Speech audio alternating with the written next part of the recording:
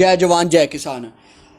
आज मेरे साथ कुछ लोग बैठे हुए हैं। ये जो बड़े किसान साथी हैं, ये लोग सभी हिसार डिस्ट्रिक्ट से बिलोंग करते हैं। हिसार के अंदर जो पीछे के दिनों के अंदर घटनाएं हुई, जिस तरह से एक वो उसमें कुछ एक तो था कि जैसे हरियाणा सरकार और सेंट्रल सरकार के बोलने पे हरियाणा के अंदर हरियाणा पुलिस ने हमारे साथियों पे, हमारे बुज़ुर्गों पे बहुत ज़्यादा अत्याचार किया, जिसकी संयुक्त मोर्चा शुरू से ही निंदा करता आ रहा है। और ये बहुत ही एक किसानों के लिए एक दुखदाई घटना थी। लेकिन उसके बाद जो चीज़ें, जो हालात बने, उसको संभाला।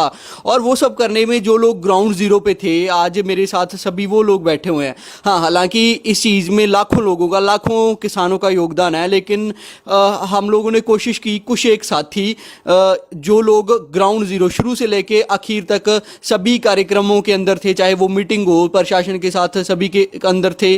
तो मेरे साथ वो लोग बैठे हुए हैं। हम लोग जो वहाँ के हालात थे उनके बारे में इनसे बात करते हैं। सबसे पहले तो सभी का परिचय हो जाएगा। जी, आप सब लोग अपना अपना परिचय दे दीजिए। जी। अमित डाका, जिला हिसार। जी जी। आप कुलदीप खड़, युवा जिला अध्यक्ष हिसार माइये टोल। जी। जगबीर माजरा प्याऊ सतरोड़ खाप। जी। ताऊ जी, आप भी अपना नाम बताइए। मैं भी जी माजरा प्याओ सतरोड़ खाप धरना पता हूँ जी, दिलबाग नाम है। जी जी जी जी। अब हम लोग इनसे कुछ एक सवाल कर लेते हैं जो आप सबके माइंड में के अंदर होंगे। आज एक दैनिक जागरण अखबार जो स्टार्टिंग से ही जो हम लोगों ने देखा कि वो किसानों की पक्ष में नहीं, किसानों के खिलाफ लिखता आ रहा है और सरकार के पक्ष में लिखता है।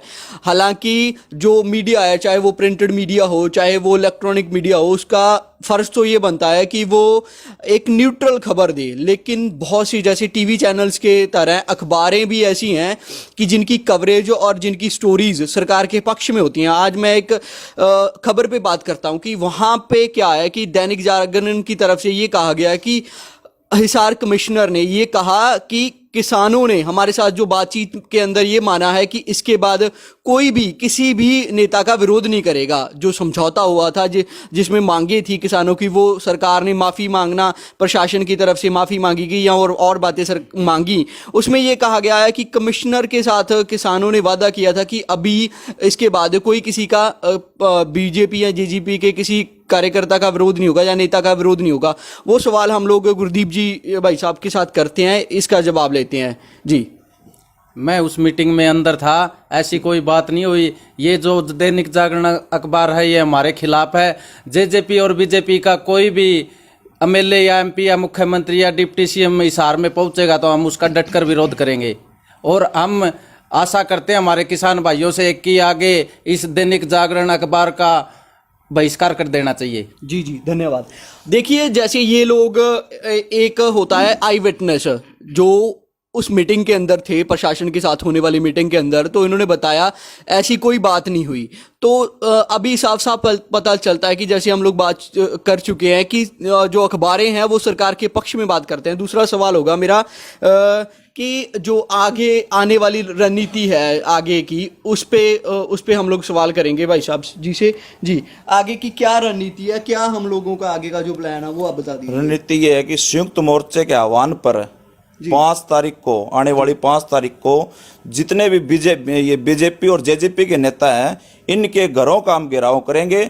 और वहाँ पे जो ये हमारे जो काले कानून है, इनकी प्रतियां हम उनके घरों के आगे जलाएंगे। और बिल्कुल शांतिपूर्वक हमारा धरना होगा और हम बिल्कुल शांतिपूर्वक ये प्रतियां जलाएंगे। जी जी, बहुत बहुत धन्यवाद। आगे इन्होंने 5 जून का जो प्रोग्राम है वो बताया। थोड़ा सा मैं कुछ एक चीज़ें बता देता हूँ कि देखिए, जो पीछे 1-2 घटनाएं हुई हैं, जैसे हिसार की घटना। मैं पंजाब से हूँ, तो हरियाणा शुरू से ही पंजाब को बड़ा भाई बोलता आया। लेकिन जो लोग हैं एज के हिसाब से, तो हमसे बड़े हैं, हमारे जैसे ताऊ जी जैसे एज के हैं, जहाँ उससे भी बुजुर्ग हैं, जहाँ हमारे बड़े यंग भाई हैं, हम एक रिक्वेस्ट करेंगे कि आप जितना हो सके उस विरोध को शांतमयी बना के रखना।